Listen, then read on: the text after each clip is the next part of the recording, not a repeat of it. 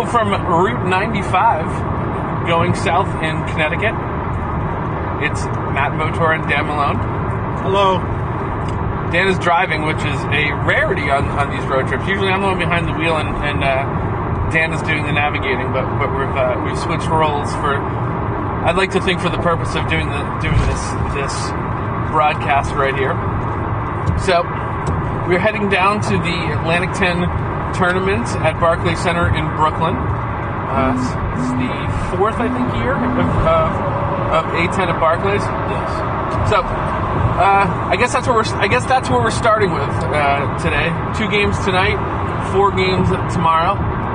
I, for one, love this time of year. This is my maybe favorite time of year in terms of sports. So tonight will be George Mason, St. Louis.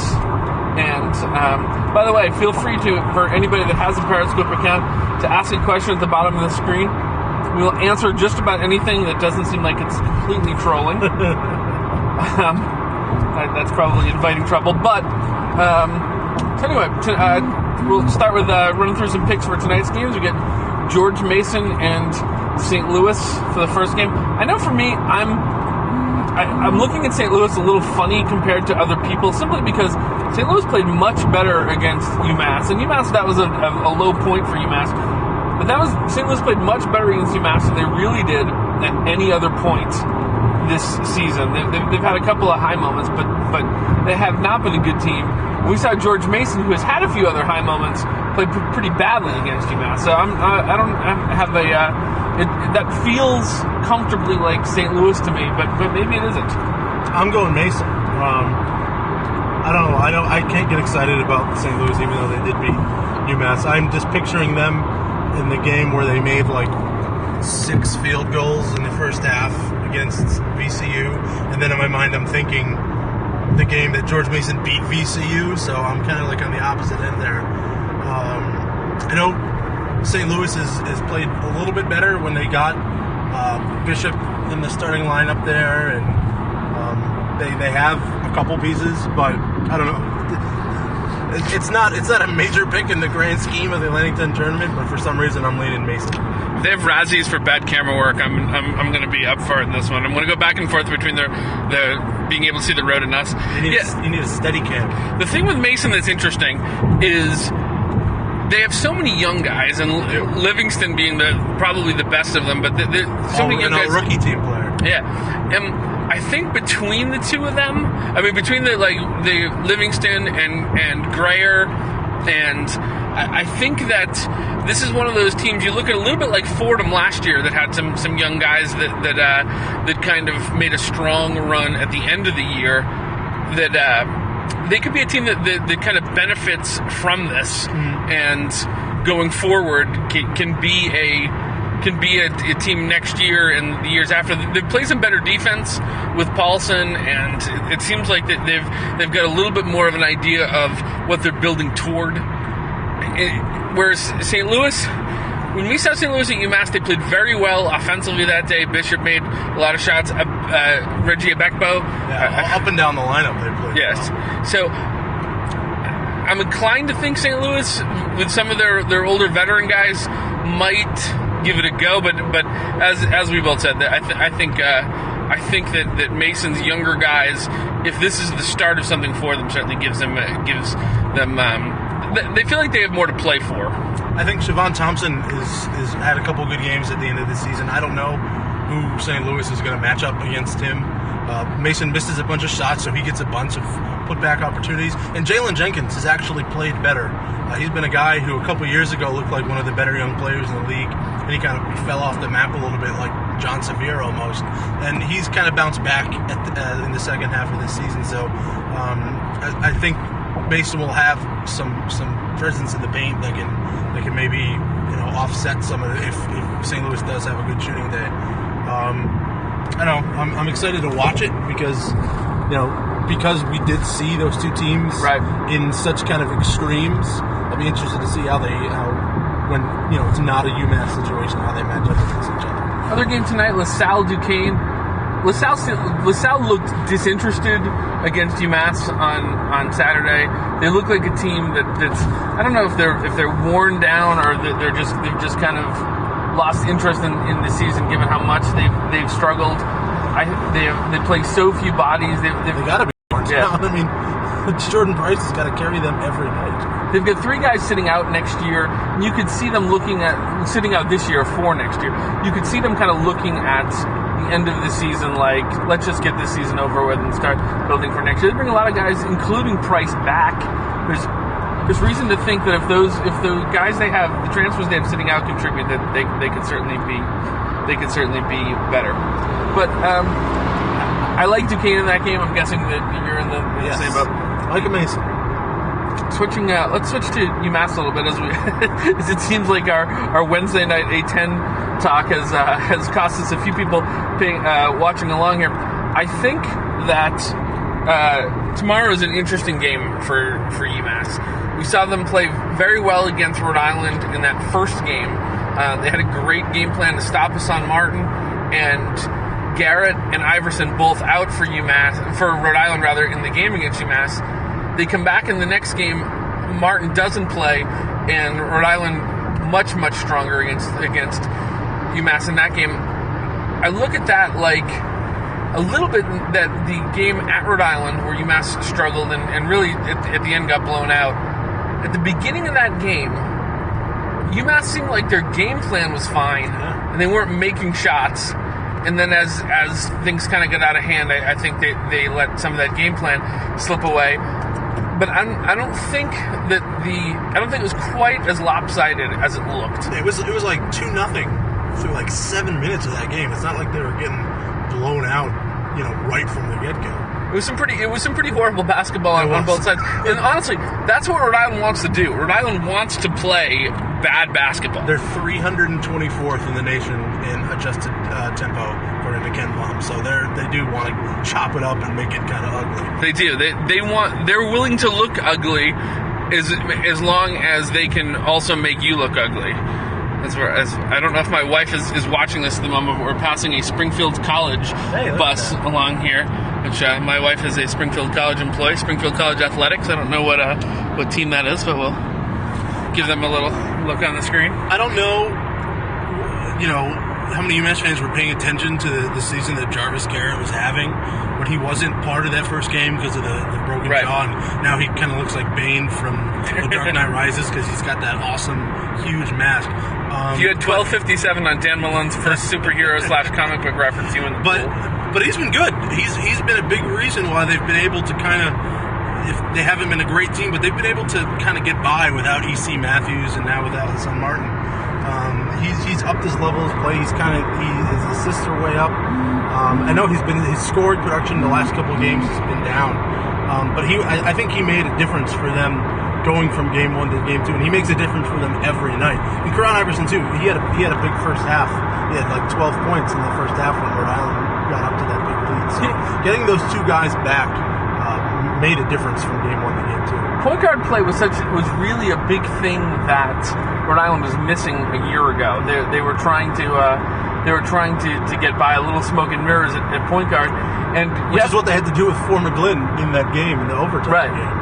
And if you think about it, if they'd had E.C. Matthews, who's been out for the entire season, and they had Hassan Martin, who's been in and out of the lineup with injuries, the improved play of Jarvis Garrett gives them a lot of reasons to be excited for next year to potentially be the team that people thought they would be. Yeah, to say nothing of Jared Terrell, and they'll have Iverson back, and They don't have a great interior presence other than Martin, and Martin's more of he's not a stretch 4 per se, but he's definitely a forward, not a center. It's interesting to see Andre Berry. Well, that's where I was going. Andre Berry hasn't done much, didn't do much for a lot of the season, but he's played well lately. He and Rashawn Holloway are having kind of similar seasons in that they're both kind of moving into more prominent roles late in the year, and it'll be kind of fun to see those guys go up against each other literally for the next couple of years. But I asked Rashawn about going up against Barry for the third time, because it does. I mean, Danny Hurley will put him in the game whenever Rashawn goes in, and Rashawn said he loves playing against guys that big. He would prefer to go up against some guys that he can kind of push around a little bit and not get called for some ticky-tack fouls. And he said he respects Barry's game. He said he respects him because he plays at that weight too, that he can carry that weight and still get stuff done on the court. Yeah, it'll be interesting. In truth, Barry probably, the style that Rhode Island plays, Barry almost fits it almost better than Holloway fits it at UMass. He doesn't have to lose the same amount of weight or that maybe Holloway does to be effective, because Rhode Island doesn't want to run that much. So Barry can get in there and sort of establish a position and go with that. I'm going to take a moment here and answer a question that we got from somebody on Twitter before time. I can't see Twitter at the moment, so I'm feeling a few vibrations telling me that I'm getting some Twitter potentially, and I can't see that. I can't get them at the moment. So if you've got questions you want us to excuse me, to answer, please you have to ask them through Periscope, which is pretty easy to sign up for, because I can't see it without shutting the broadcast off. Sorry for the bump there. Anybody getting seasick on this ride? Again, this is my camera skills are excuse me, questionable. But the question was, what UMass player could help put the Minutemen on a Holy Cross-like deep run in a conference tournament? My answer is Jabari Hines. And there's a whole lot of things that UMass has been up and down with this season. They've been up and down with defense. They've been up and down with shooting. They've changed tempos at times, trying to accommodate their sort of changing personnel. But all season, when Jabari Hines has played well and shot well, UMass has followed.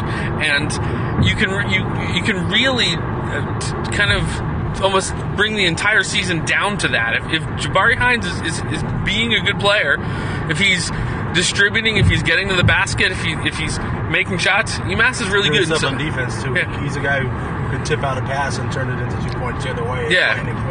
And so if Jabari Hines plays well enough, that's UMass's best chance to make some kind of a run. Like he did in that overtime period, or in the Rhode Island game in the first one. He was making a lot of those plays that kind of put them in position to take that game in overtime. I would agree with Jabari overall. I think if you're looking at just this one game, I think Rashawn could have something to say just because of the way they're going to play. But Jabari really is. I mean, how good was he when they were 5-1 at the beginning of the season? He was looking more than just the co-Sixth Man of the Year award. I mean, he was tremendous to start the season. He went to that little lull, and we've seen his peak. I mean, that Duquesne game was crazy. So if he brings it, that's all the more better. I have a question for you. I know in the first Rhode Island game, the guard trio, Dante, Trey, and Jabari, combined for 46 points, 45. And in the second game, they combined for 25. How many 20. How many points? I thought you were going to ask me what the difference was. No. How many points did they need to score tonight? On any given night in the tournament, how many points did they as a group need to combine for? I think it was like 57 in the LaSalle one for UMass to move on. Yeah, it's an interesting question when you look at it. It's different against Rhode Island than it would be in UMass's next game against VCU. I think against Rhode Island, those guys, if they make it's interesting because if they score a lot of points early, they won't have to score as many points late, because if they score a lot of points early, you'll get room for Rashawn Holloway to operate in there. Seth Berger will be able to get some points, here and there inside. Antoine Space, who we haven't mentioned yet, if Antoine Space can play the way he has played at times, that's another thing that would be encouraging for UMass. He can just get his hands on the ball, one-on-one in the paint. He can score. He's not going to play the best defense. He's not going to make a lot of outside shots, but he can help the team in some ways and sometimes. So I'll say this: If UMass, I guess if you start with to beat Rhode Island in regulation, I say you got to get about 68 points. You probably to beat Rhode Island, you're probably looking at 68, 63. That would be the sort of score you'd want. So I would say in that scenario, they probably have to get around 40 points, around 40, because there's nobody that you look at after that and say. I think I said about 50 for this game. So you've got them with all but about 18 points, and that's certainly, if they can get up that high, that certainly bodes well for them. But if you figure they get up around 40, and if you get 10 from either Space or Holloway, you can spread it around a couple other points to a couple other people, and there's some room for something anyway. Yeah. Do you have a prediction as to a high score? I mean, is this going to be a Trey night? Is this going to be a Dante night? I mean, it seems like they take turns, and who's going to be the guy to kind of lead the way. My first thought is always Dante. I think of the group of them, he can score. I think he's the most. Yeah, I think he's the most gifted. If he's, and I think if you're UMass and you want to see him going to the basket, if you can, because you want to see him going to the basket because Rhode Island is not deep either, and so they either have to give him the drive or risk fouling him, and that's not a great situation for. And it's funny, he brought that up too. I asked him about, how do you kind of avoid that similar start, and he says, well, we need to attack the hole more. It's like we can't. They're going to have some open shots, and he said we can't always just settle for those. We need to drive at them and attack them and get some of their more high percentage looks. So yeah, he's definitely a guy who can do that. I mean, there are times when it looks like he can get to the rim in his sleep. So if he's on in that way, he's definitely their most dangerous scorer. That brings us to a pretty good transition to a year from now, when Trey Davis is gone, when Jabari Hines is gone. Dante is the guy, at least going into the season. You look at him. That team with no seniors too. He'll be kind of that veteran guy. You look at him and say that this is somebody that he took a step this year. It feels like he'll have to take another step, and it'll be interesting to see what sort of minutes look like next year, and who makes early impact next year. Because I would guess starting the season, UMass has a lineup that includes Rashawn Holloway. I think Rashawn Holloway probably moves back into the starting center role. You don't think Tyler's going to start over next year? Yeah, I think Tyler got about as much as you could ask for from what Tyler is in that starting role. He was kind of underrated even defensively. But looking at next year, you get Rashawn at center, you've got Dante at the 2, or the 2 or the 3, and everything else is kind of open at that point. I think Derek finds a way to, at least at the beginning of the year, to have Seth Berger in the starting lineup. He's giving UMass a spark, although he's giving UMass kind of a nice energy boost off the bench, and I think that's a valuable thing in the way that UMass plays. But still, I would guess Seth Berger's in there someplace, and then you've got a whole lot of possibilities. There's Zach Lewis, a lot of moving pieces. Yeah. I would guess C.J. Anderson's still your starting point guard to start the year next year. I would too. And then I think a lot of fans are going to not be so happy with that. Well, I think going into the year, having an experienced guy, he is by nature steady. And so I think to start the year, if he's your starting point guard, you're not putting the pressure on Dejan Giroux to Unique McLean and Pipkins, Zach Lewis, but it'll be interesting to see, because there'll be a lot of competition for minutes. Be a lot of competition for minutes between those guys, because there's a lot of guys that you look at. That are as scorers that can be. Pipkins is a tremendous shooter. Zach Lewis is a guy that scored a lot of points at Canisius. But he's going to take a lot of shots to do it. It'll be interesting to see how they balance that with so many. I mean, there'll be so many guys, like you said, competing, and he's a guy who has to take a ton of shots. It'll be interesting to see. Everybody says that, and I'm curious to see. He had to take a ton of shots at Canisius because there weren't a whole lot of other guys taking those shots. Is he a guy that you put him in this system, especially in a more up-tempo system than Canisius plays? He's had a year of practice to get used to it, too. He's a guy that can be effective in transition. So if you're not asking him to be a to carry your team offensively, I don't know that he might be the same volume score. Need to be the same volume score. I'm just moving this for a second to plug my thing in. I've got a battery question marks. Okay. We're someplace driving here along in Connecticut. I'm not exactly sure where we are. I've been watching the screen, not the road, but not too far outside of New York City. I think we're heading into Stamford. Yeah. Stamford. Anyway, in case anyone was curious here on the ride along, coming up in the train station. But so after that, you've got where does Malik Hines fit in? Coming off of an injury, how explosive is he, and how much does he kind of fit into the plans? Can he play alongside Rashawn Holloway, or is he the backup for Rashawn Holloway? And then you've got Chris Baldwin and Bryson Gresham. Seems like between those two guys, they play similar positions, but are both versatile enough that you could use them together. It's Derek Kelly this year. He's had to mix and match to have enough guys. It'll be interesting to see how he uses them. I believe this building over here that we're passing, by the way, when the office had Jim Halpert in Stamford, I think that was the exterior scenes that they used for it. Season 3. There you go.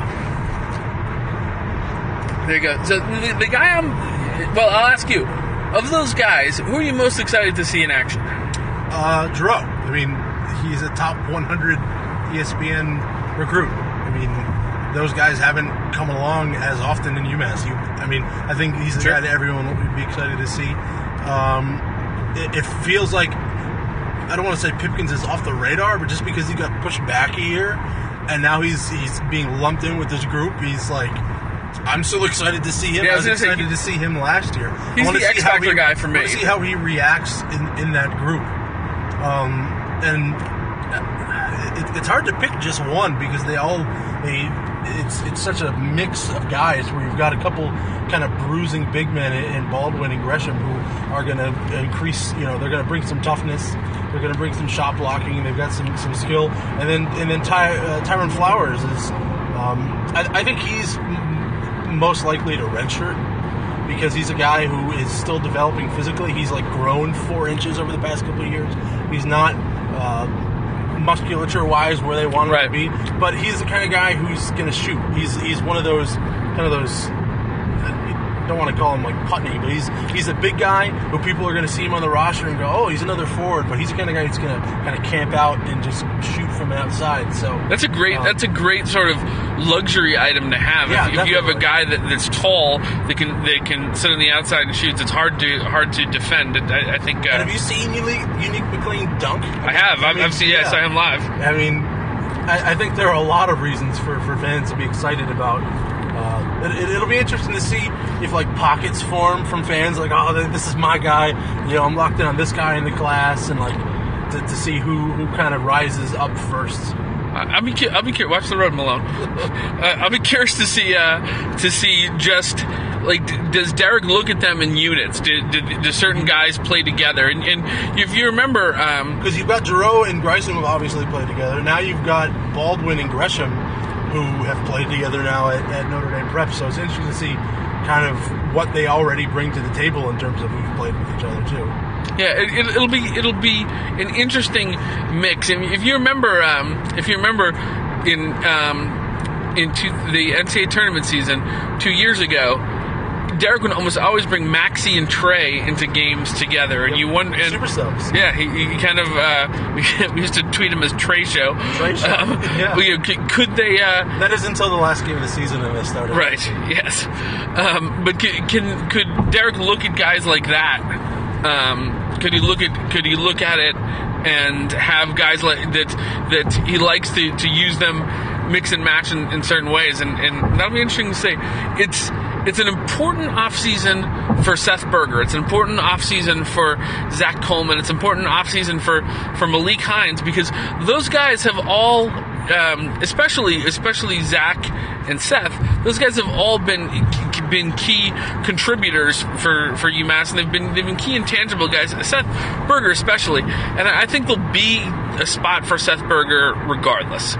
But for everybody else, they come in. They need to kind of spend that summer doing important things for themselves, because if not, the competition for their positions is going to be considerable. And you wonder how much they can grow and improve, because at this point we kind of know who they are as players. I don't know if C.J. Anderson has a whole nother level to his game. Or right. Zach Coleman's obviously hampered. Yeah, C.J. Anderson's worth it, noting in that group too. Yeah, Zach Coleman's obviously injured or hampered injury-wise, where, Derek just comes out and says that it's going to be something that's going to have to deal with the rest of his career. And you feel bad for him in that way, because, he's, like a 21-year-old kid who's got these knees that are just going to...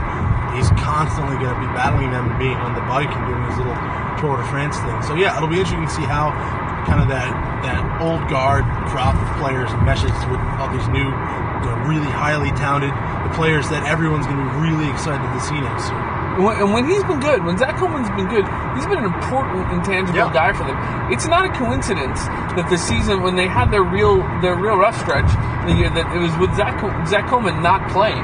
He was a guy that he did a lot of. He was good rebounding. He's probably their best defender on a taller four-man. Seth Berger might be a better overall man-to-man defender, but as somebody that can actually guard somebody that's Hassan Martin type, or even a Ben Bentel type. Not that there's anybody that could really guard Ben Bentel, but he's probably the best option when he's in peak condition. Yeah, Deion Wright or exactly. Someone that they're going to run into. That's what I remember, Ben Bentel stepping out to hit those threes and watching like Rashawn or someone like make a half jab step to like go out and contest it. It's like, oh no, this guy's just so much better than everyone else. There's no stopping him. I'll be curious to see, as we mentioned the new guys for UMass. What is the likelihood that a UMass player is A10 Rookie of the Year next year? Yeah, just the sheer number of players they're bringing in, you have to feel pretty good about it. Both the numbers they're bringing in and kind of the scoring load they're losing in Trey and Jabari. You have to feel pretty good that someone's going to have to step up and produce, even if maybe it's not the prettiest minutes that they're going to have, the production of the numbers that the coaches, when they're voting at the end of the year, will want to see it. So yeah, it won't be for lack of opportunity if someone doesn't end up getting it. All right, we're going to wrap this up shortly. I'm going to come at you with a couple of rapid fire questions here as we move forward down 95. Give me your pick to win the Atlantic 10 tournament. You talking to me? Yes, you. St. Bonaventure. St. Bonaventure, I like it. That I was going to go with St. Bonaventure myself, but for the purposes I of like those pieces. I like the Jay Adams, Marcus Posley, Deion Wright kind of tried, and co-6 man of the year Denzel Gregg. Freaking Idris Taki is hitting 5 3-pointers when he hadn't made any shots all year. I think they're a dangerous team in kind of a tournament setting. I actually think of the teams in the A10, I think they are best poised to make a run in the NCAA tournament. Mm-hmm. Which they probably have to win at least a game here to make sure they're in that. I agree. Position. I agree. I'm going to go. I'll take Dayton to win this tournament. I was going to go with St. Bonaventure, not thinking you were, but for the purposes of this, I'll take Dayton. They've struggled lately. I see them bringing it back together. They've got too many good pieces to not be competitive and to not give it a go. They've got veteran guys. They've got key guys. We're entering New York, by the way. Yay!